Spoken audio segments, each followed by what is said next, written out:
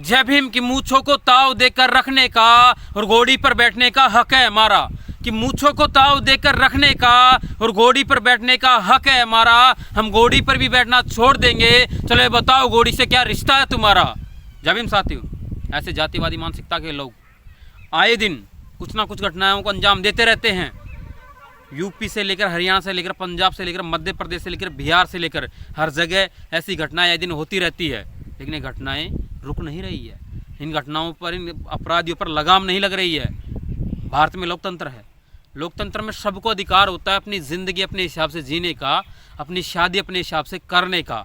लेकिन ये कौन लोग होते हैं जो तय करते हैं कि आप ये नहीं करोगे, आप मूंछ नहीं रख सकते, आप घोड़ी पर नहीं बैठ सकते। इनका क्या वजूद है? जब सब कुछ संविधान देता है, सारे अधिकार देता है, फिर ये कौन लोग हैं जो ऐसा करते हैं? कि इनके पीछे किनका हाथ होता है? दूसरी बात, ये सिर्फ पीठ पीछे भोंकते हैं, सामने बात करने की इनकी औकात नहीं है। ये सिर्फ पीठ पीछे भोंकते हैं, ये सामने आकर कभी बात करे आज तक ऐसे इनमें हिम्मत नहीं हुई है। तो उस पर है कि सिर्फ पीठ पीछे भोंकते हो, कभी आकर सामना करना फिर बताएंगे हम कितने ताकतवर है। कि सिर्फ पीठ पीछे भोंकते हो, कभी आकर सामना करना फिर बताएंगे हम कितने ताकतवर है। और हम घोड़ी पर भी बैठते हैं तो तुम्हें परेशानी होती है। तो घोड़ी क्या तुम्हारी सिस्टर है? तो घोड़ी क्या तुम्हारी बहन लगती है? घोड़ी क्या तुम्हारी भुआ लगती है? क्या परेशानी होती है तुम अगर कोई बंदा घोड़ी पर बैठ जाता है, कोई दलित समाज का व्यक्ति अगर घोड़ी पर बैठ जाता है तो तुम्हें क्या परेशानी होती है? बे तुम कौन होते हो तय करने वाले? इस जब संविधान सबको अधिकार देता है। दूसरी बात, कब तक ऐसे कमज़ोर बनकर बैठे रहोगे? कब तक?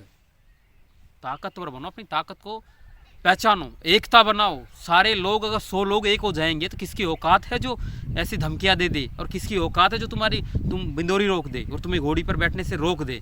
किसी की औकात नहीं है। तुमने अपने आप को कमज़ोर समझ लिया है। तुम ये मान बैठे हो कि हम कमज़ोर हैं, हम ऐसे ही हैं। ये सोच बदलनी होगी। तुम्हें मजबूत बनना पड़ेगा, तुम्हें खुद जवाब देना पड़ेगा। और कब तक? ये जयपुर विराटनगर की घटना है जहाँ पर 27 तारीख की शादी है। कुछ लोग बोल रहे हैं कि घोड़ी पर बैठे तो हम गोली काट देंगे। लेकिन इनमें इतनी हिम्मत कहाँ से आती है? मैं बात करूँ, यूपी में भाजपा सरकार है, भारत में भाजपा सरकार है, लेकिन भारत के राज्य में राजस्थान में कांग्रेस सरकार है। तो कांग्रेस कौन सी कम है? कांग्रेस ने कौन दलितों का भी हमेशा शोषण किया है। कांग्रेस भी उतनी गुनहगार है जितनी बीजेपी है हमारे लिए।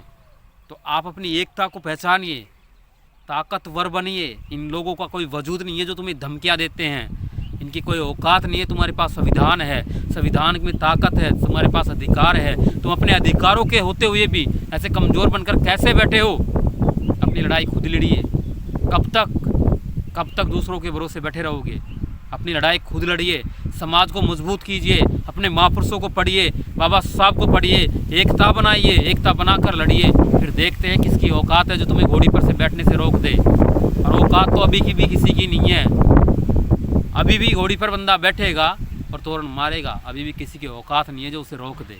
ठीक है, भौंकने वाले ऐसे भौंकते रहते हैं जिनका कोई वजूद नहीं होता, पीठ पीछे भौंकते हैं। और जिनके हौसलों में जान होती है ना, वो घर में घुसकर ठोकते हैं। ठीक है, जय भीम, जय भारत।